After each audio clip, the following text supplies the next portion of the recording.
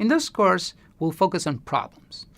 This means that after having done a clear review of all the tools and strategies to follow, so we can correctly diagnose and debug an issue with our MongoDB deployment, we should get our heads together and think how these tools will be applied to diagnose common issues with the deployment, configuration, provisioning, sizing, and application logic.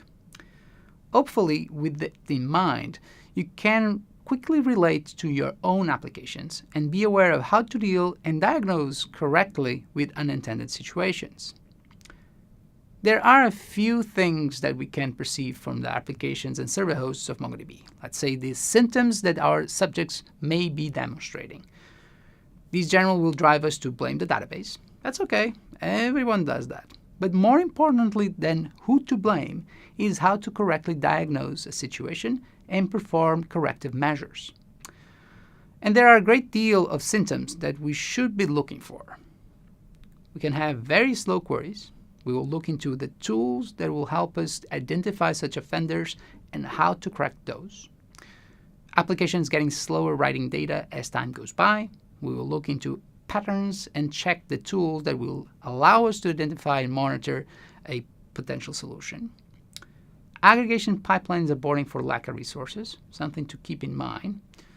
Server incurring high disk I/O, how to detect it, how to get to the bottom of the problem. Incorrect file system configuration. This can be very hard to find in development environments, but we will soon get into trouble if we don't attend them in production. Incorrect MongoDB configuration. These can span from unintended behavior, from incorrect configurations of cache sizes, timeouts, flushing intervals, and write concerns. Application driver integration. How the application makes use of our driver, which commands it sends, and how these can derive in unintended situations. Connectivity issues. When we inadvertently, incorrectly configure our system that will impact the connectivity of our deployment. And then cluster configuration. By incorrectly provisioning or using replica sets and sharded clusters, we might get ourselves into situations that are important to understand and fix.